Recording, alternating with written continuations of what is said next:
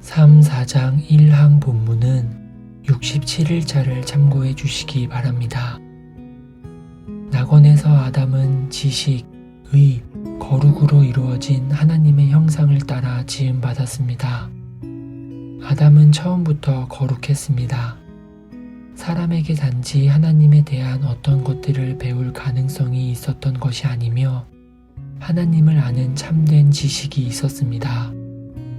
아담에게 지식은 참되고 건전한 지식이었습니다. 아담은 하나님을 이해했고 자신과 다른 피조물을 이해했습니다. 자연에 있는 모든 것에서 하나님으로 거슬러 올라가서 모든 것의 목적을 볼 수 있었습니다. 동물의 이름을 짓는 것은 단지 표식 붙이기의 연습이 아니며 아담은 동물들에게 그 본성에 가장 적합하며 그 특성을 가장 잘 표현하는 이름을 붙였습니다. 모든 동물은 각자의 방법으로 하나님을 반영하며 그것이 아담이 그 동물에게 붙여준 이름에 표현되었습니다. 아담은 또한 참된 의도 소유하고 있었습니다. 또한 하나님의 뜻에 기뻐했습니다. 오직 하나님의 영광만을 구했으며 자신의 영광은 구하지 않았습니다.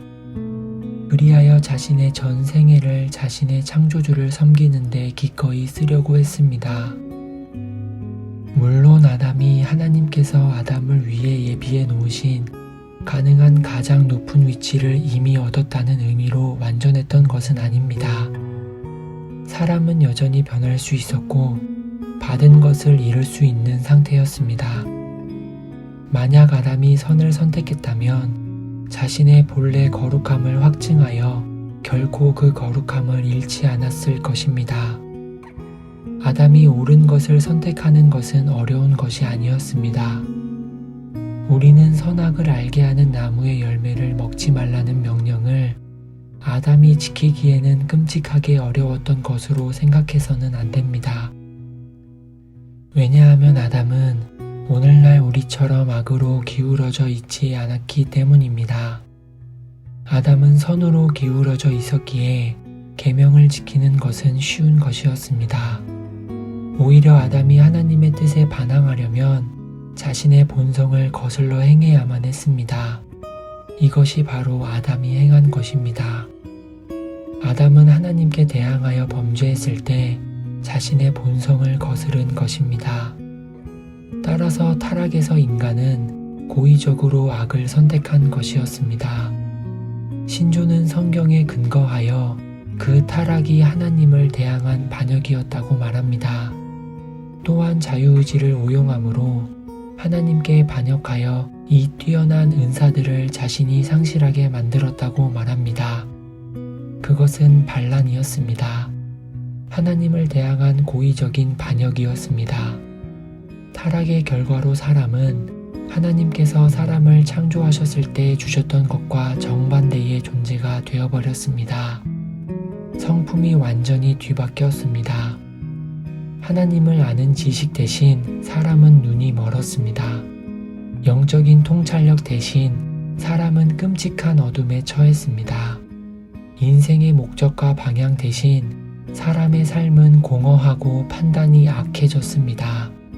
사람은 자신의 마음과 뜻에는 악함과 패역함과 완고함을, 자신의 심정에는 더러움을 스스로 가져왔습니다. 이 모든 것을 생각할 때 그 누가 감히 타락은 그렇게 심각한 것이 아니라고 말할 수 있겠습니까? 이 신조의 타당성을 보지 못합니까? 수세기 전에 작성한 교회의 신조들을 인정조차 안 하는 사람들이 있습니다. 이 사람들은 오직 성경만 보면 된다고 말합니다. 또한 도대체 이 오래된 도르트 신조와 17세기에 일어난 역사적 논쟁이 오늘날 우리에게 말하는 것은 무엇입니까? 하고 말합니다. 하지만 이 신조들은 매우 유용합니다. 그 당시 정통신앙을 따르는 자들이 천국에 있듯이 도르트 총회 때의 이단 알미니우스 주의자들도 죽고 지옥에 있지만 알미니우스 주의자들의 사상은 죽지 않았습니다. 알미니우스 주의자들의 사상은 오늘날 비록 형식만 다르게 했을 뿐 우리 주변에 너무 많이 있습니다.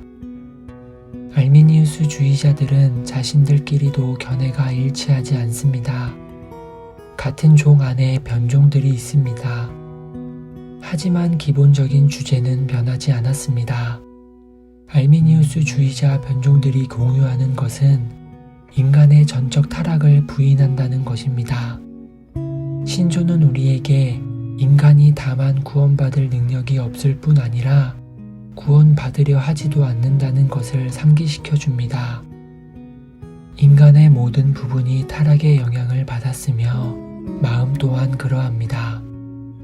마음이 어두워졌고 총명이 흐려졌습니다.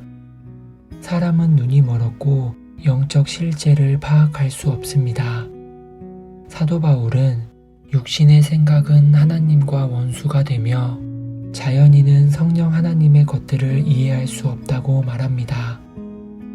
사람의 마음과 의지가 다 영향을 받았습니다. 사람의 의지는 묶여 있습니다. 이것이 바로 마르틴 루터가 노예의지론이라는 책을 쓴 이유입니다. 의지는 죄와 부패의 종입니다. 비록 인간의 의지가 자유롭지 않지만 뜻하는 것은 자유입니다. 설명을 해드리겠습니다. 인간은 원하는 것은 뭐든지 선택할 능력을 가지고 있습니다. 하지만 진실은 인간은 스스로 언제나 그릇된 것만 선택한다는 것입니다. 그럼 그게 어떻게 자유인가요? 하고 물을 것입니다. 자유라는 말 뜻은 어떤 사람도 죄를 범하도록 강요받지 않는다는 것입니다. 인간은 언제나 자신의 본성과 조화되는 것을 선택합니다. 예를 들면 자연인이 교회 가서 기도하는 것과 집에 남아 텔레비전 보는 것을 선택하는 상황에 놓일 때 자신의 성향대로 한다면 집에 남아 텔레비전 보기를 선택할 것입니다. 자신의 바람대로 한다면 자연인은 언제나 죄로 돌아갈 것입니다. 곧 자신의 원 바람으로 돌아갈 것입니다. 그것이 자연인의 본성이기에 그러합니다. 하지만 비록 그런 속박에 묶여 있더라도 자유는 있습니다. 왜냐하면 아무도 외부에서 하나님께 범죄하도록 강압받지는 않기 때문입니다. 사람들은 자신의 전 존재의 합작으로 고의로 그리고 의도적으로 범죄합니다.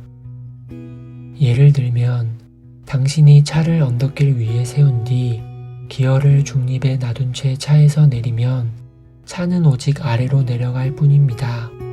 아래로 구르는 바퀴들은 역시 반대 방향으로 구를 능력이 있습니다. 만약 당신이 차에 타서 브레이크를 채우고 언덕 위를 향해 시동을 건다면 바로 그 바퀴들은 반대 방향으로 움직일 것입니다. 하지만 언덕길에서 차를 중립으로 세워둔다면 차는 아래로 구릅니다. 이것이 중력의 법칙입니다. 이것은 타락한 인간의 본성과도 같습니다. 죄로 말미암아 사람은 파멸로 가는 언덕길에 자신을 놓았습니다. 타락한 사람은 스스로 언덕길 아래로 갑니다. 아무도 타락한 사람을 아래로 끌어당기지 않습니다. 타락한 사람은 자신을 기꺼이 파괴하며 파멸로 달려가는 길을 즐깁니다. 타락한 사람이 즐거이 파멸로 달려가는 것을 보고 사람들이 멈추게 하려 하고 사람의 파멸에 대해 경고하려 할 때 타락한 사람은 화를 냅니다. 이것이 본성상 우리의 상태입니다.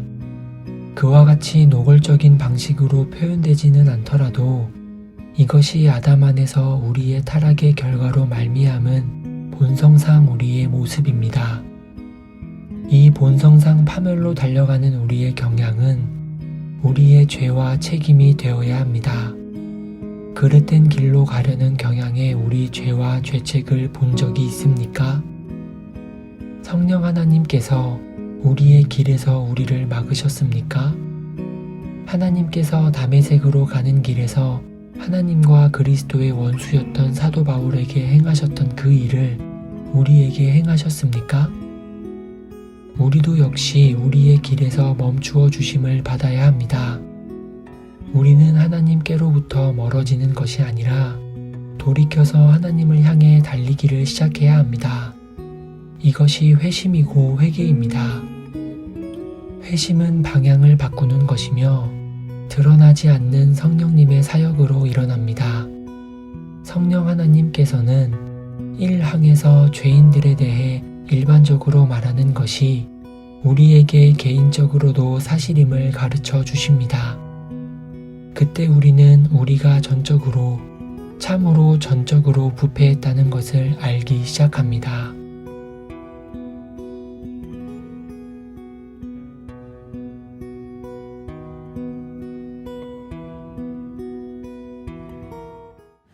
너희 만민들아 손바닥을 치고 즐거운 소리로 하나님께 외칠지어다. 지존하신 여호와는 어미하시고